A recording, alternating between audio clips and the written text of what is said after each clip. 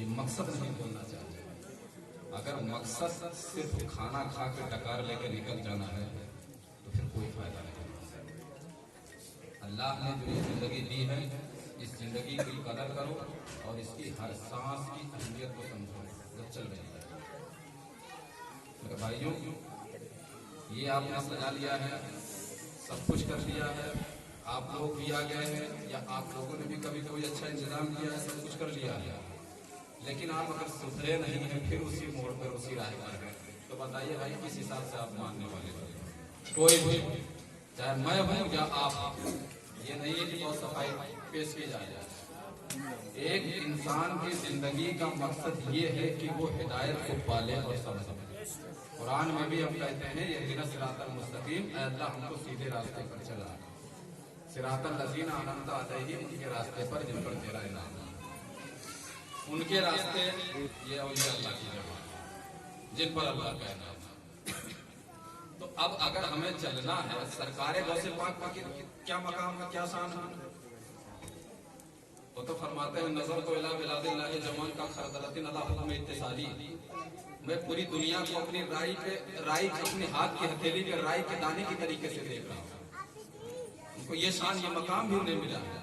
एक जगह और फरमाते हैं इल्लम यकुन मुरीदी जय्यदन अना जय्यद, मेरा मुरीद अच्छा नहीं है कोई बात नहीं, मैं तो अच्छा हूँ। आया था चोर लौटा तो वली बन गया। और दूसरी जगह भी फरमाते हैं इन्ना यदि अला मुरीदी का समाया लगा, मेरा हाथ मेरे मुरीदों पर ऐसे है जैसे आसमान का साया जमीन पर। बिल्कुल सही, जो इरादत रखेगा, जो चाहत रखेगा, जो मुरीद होगा तो उसका खात्मा ईमान पर होगा। ये सरकारे गौसे आजम ने खुद दुआ की है रब्बी बारगाह। मेरे अजीज दोस्तों, जरूरी ये है कि अगर हम सरकारे गौसे पाक को मानते हैं तो उनके बताए हुए रास्ते पर भी हमें चलना पड़ेगा। उनका रास्ता वही रास्ता है जो मेरे नबी का रास्ता है, जो मेरे नबी ने बताया, मुस्तफा जाने रहमत सल्लल्लाहु ताला अलैहि वसल्लम। क्या रास्ता है? बचपन में 18 साल की उम्र है, इल्म दीन हासिल किया, 9 साल में हाफिज कुरान हो गए। सुन रहे हैं कि नहीं आप? सुन रहे हैं। तो दुरूद शरीफ पढ़िए। बगदाद के लिए जाना चाहते हैं, अपनी माँ के पास में गए कि माँ मैं और इल्म दीन सीखना चाहता हूँ। क्या इल्म दीन? बताइएगा भाई, 20 साल 25 साल 50 साल उम्र हो गई है, लेकिन वजू के फराज नहीं पता था। किस चीज के हम मुरीद हैं भाई? कैसे मुरीद है, कैसे चाहने हैं, ये तो समझना होगा ना। इल्म दीन सीखने के लिए 18 साल की उम्र में हाफिज कुरान पढ़ने के बावजूद जा रहे हैं। अच्छा, इल्म ये कितना अहम है, ये अहम कितना? बाबा फरीद गंज शकर अलैहि रहमा, ये मुरीद होने के लिए शेख शहाबुद्दीन सुहरवर्दी की खानकाह में, क्या होने के लिए? मुरीद होने के लिए। मेरा लग रहा है कि 5 मिनट ज्यादा हो जाएगा, हो जाएगा। मुरीद होने के लिए बाबा फरीद गंज शकर खानकाह में पहुंचे और उस वक्त पर पहुंचे कि खानकाह में लंगर चल रहा था, दस्तरखान बिछा हुआ था, बैठ बैठ कनीज हाथ धुलाने के लिए, चेहरा उसका खुला हुआ था।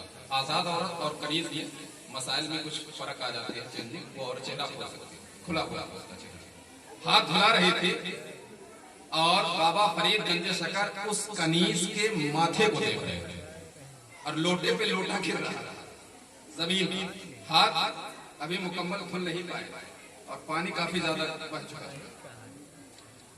एक साहब ने कहा कि हाथ तो धोना आता नहीं है, मुरीद धोने आए हो। शेख शहाबुद्दीन सुहरवर्दी दूर से देख रहे थे। आपने जब ये आप धुल चुके अपने हाथ को, फिर उसके बाद शेख शहाबुद्दीन सुहरवर्दी ने बुलाया किसको? बाबा फरीद गंज शकर। ये कहाँ गए हैं? ये मुरीद होने के लिए। किससे? शेख शहाबुद्दीन सुहरवर्दी से। और शेख शहाबुद्दीन सुहरवर्दी ये सारा माजरा देख रहे थे और फिर आपने बुलाया और पूछा वजह क्या क्या, इतना लोटा तुमने पानी का बहा दिया? तो कहा कि जब मैंने उस कनीज के माथे को देखा तो मेरी निगाह लौहे महफूज पर पहुंच गई और उसके माथे पर काफिर लिखा हुआ था। उस कनीज के माथे पर काफिर लिखा हुआ था और मेरी निगाह लौहे महफूज पर पहुंची तो मैंने सोचा कि कहीं खानकाहें बदनाम ना हो जाए, खानकाहें कहीं बदनाम ना हो जाए कि मुद्दतों खिदमत करके भी जन्नत नहीं जहन्नम मिल रही है। इस वजह से मैं उस वक्त तक अपने हाथ को धुलता रहा तो पता ये चला कि मेरा धुलना हाथ नहीं था, उस कनीज के माथे पर जो काफिर लिखा था उस लिखे हुए लकीर को मैं धुल रहा था। उस वक्त तक मैं धुलता रहा जब तक कि काफिर की वो लकीरें उस माथे से नहीं हट गई, माथे से जब तक नहीं हट गई। अच्छा, उसके बाद क्या हुआ? शायद शहाबुद्दीन सोहरावर्दी ने पूछा किधर आए हो? कहा मुरीद होने आया हो। कहा कि अभी मुरीद नहीं हुए हो, अभी ये हाल है। बताओ कि इस उम्र में तुम्हें ये मकाम कहां से मिला? दादा बाबा फरीद गंजे शकर ने कहा इस उम्र में मुझे जो मिला है ये मेरी माँ की सोबत और तरबियत का असर है, ये मेरी माँ की तरबियत का असर है।